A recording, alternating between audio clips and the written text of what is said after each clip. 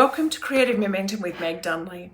Today's episode features fiction writer Emily Collins, who I met at the Chateau in France during my residency. Emily is a Houston native and currently is based in Santa Fe, New Mexico. She writes across multiple genres, short stories, novels, essays and poetry, though fiction is her true love. She is currently working on revising her first novel and has a story collection that's a finalist in a contest in America and under serious consideration at various outlets. During our conversation, which I'm sure you're going to enjoy, she shares how she evolved from only writing when inspired, I'm sure that sounds familiar to many people, to now maintaining a disciplined practice of writing 1,000 words a day, 6 days a week, and all of this while juggling a 9-to-5 job. She opens up in the interview about what she looks for in literature, that magical intersection where the unusual meets the universal, and why clarity is that superpower that every writer should chase. I really hope you enjoyed this episode. I loved having my chat with her, and it was really great to meet her at the residency. Hi, Emily. Do you just want to introduce yourself, your name and where you're from? Yeah, so my name is Emily Collins. I'm from Houston, Texas originally, but I live with my partner in Santa Fe, New Mexico. Excellent. And can you tell me a little bit about what your creative discipline or disciplines are? Yeah, I would just say all writing, mostly fiction. I write short stories and I just finished a novel draft. But I write essays too and articles, book reviews, and sometimes poetry as well. I think I would mostly categorize myself as a fiction writer, but I certainly explore all genres too, just kind of whatever it is I have to say sometimes takes a unique approach or discipline. So certainly I'd say just writing in all caps with fiction as a preference. Excellent. What is your creative process? Yeah, it's definitely changed over the years. I used to only write when I felt a surge of inspiration, and I always love when that happens, but the older I got, the more mundane my life got. So I sort of had to cultivate inspiration, which I do 6 days a week. I write every day, usually Monday through Saturday. I try to do at least 1,000 words a day. Sometimes that'll increase if I'm more in the flow of a project. At this residency, it's been a lot different, where I've been writing more in the afternoon and late into the night. But whenever I'm in, my work mode, because I work a 9-to-5 job, it's typically in the mornings. And I think it's overall a good practice. Even when I don't want to, I still show up and do it. That's pretty much how I got my first book finished. Yeah. And you've got something coming out? Hopefully, I had a story collection that was a finalist in the contest and is under serious consideration at other outlets. So hopefully that comes through. But I did finish a novel draft and will be revising and querying in the next several months. Excellent.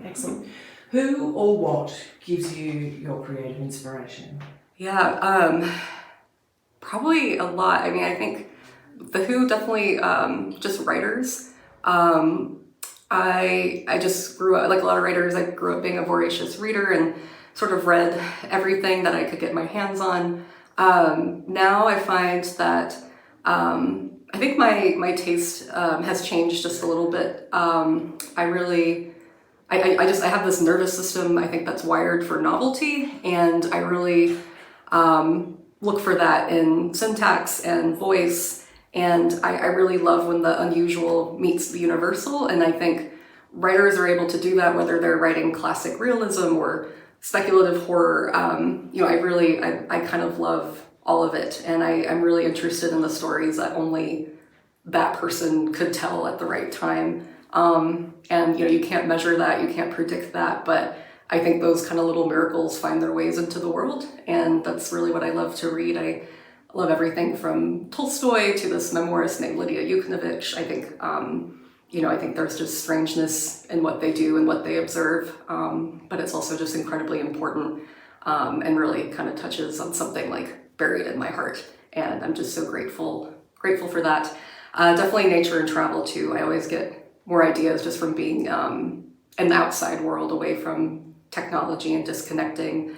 I love being in nature with people and also by myself. I used to do long distance backpacking and I really miss it. I don't get to do that as much with my corporate job, but it is something that I think probably helped me write a book, is just being on those adventures and being tested in that way. I love that. I really love that. Yeah. I think you've already spoken about your creative routine. Is there anything else that you would want to add in about what makes a good creative routine for you? Yeah. Especially like juggling the work stuff as well. I think just kind of in general, I don't think there's a set formula or word count. I kind of wish there were, because then I think everybody would do it and everybody would be writing great books. But I do think persistence is key, and I think persistence looks different based on each person and their own life and their own demands and everything that they're juggling. But I think whether persistence is writing once a week or once a month or every day, I do think that is critical, because I have noticed, even when I feel like I'm in this creative slump, there is this increased fidelity that comes between like you showing up for your work. Like you tend to trust the work a little more, and more importantly, it feels like the work kind of trusts you back and gives you more than you would have imagined had you spent all your time avoiding the work, which is natural to the creative process too, because nobody wants to sit down and write. Like just the thought of that I find terrible, but once when I jump in, everything's fine. And like, I don't want to leave. So yeah, I think just whatever persistence looks like to someone's life, they should do that, give themselves permission and fight for it. What is the piece of wisdom, the pearl or pearls that you would give to someone who is in the early stages of their writing or creativity? Yeah, I love this question mostly because I always feel like I'm in the early stages because I'm always starting something new. And I've talked to other writers about this, and they say it never gets any less scary. Like every time you start a new book, even if you've written 10, you're like, how am I going to do this? Because every piece of project is really humbling. But I would say, I think just spend time by yourself discovering who you are, getting lots of worldly experiences. Like if you can travel, or if you can, do the things that you've always wanted to do, go for it, and learn about yourself. And just spend time alone writing or creating whatever it is that you do to kind of discover your voice and also your obsessions. I think writers especially will be writing about the same things over and over again, but in different ways. That is a good thing. People might tell you it isn't, but I wholeheartedly disagree. And I think one piece of advice that I always return to is just, you can do whatever you want as long as you're clear.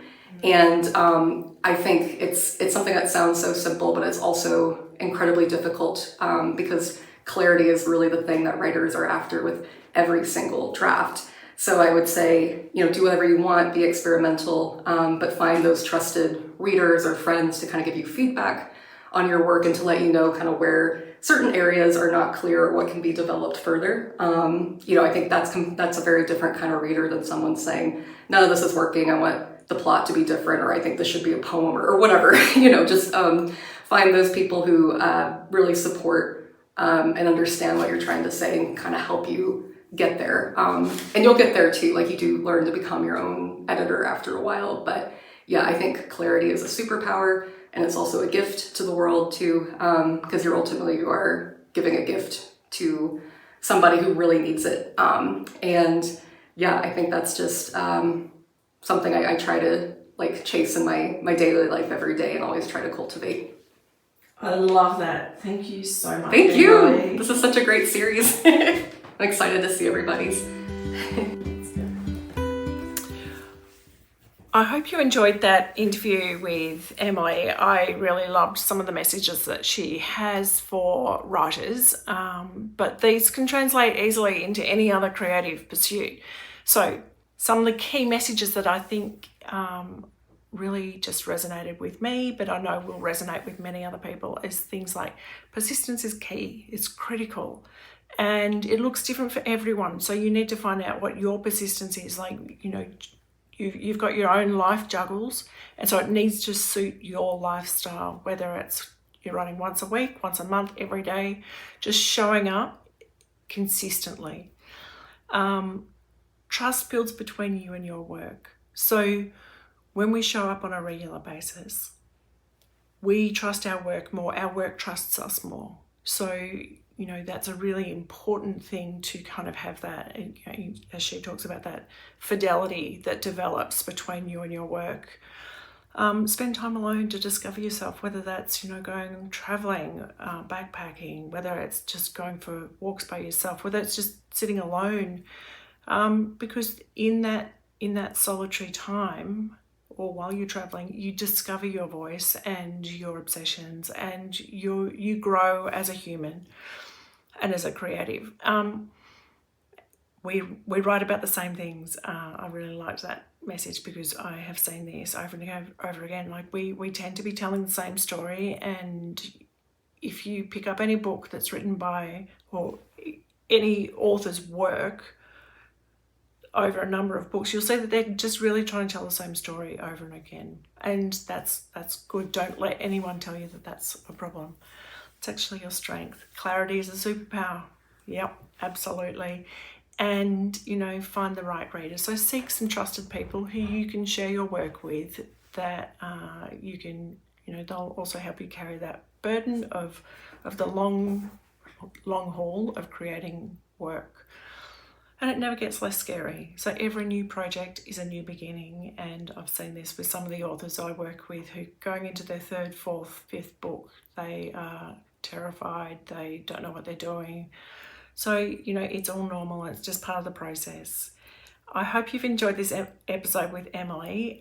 You'll be able to find her details in the show notes, which is on my Substack, Meg Dunley on Substack. And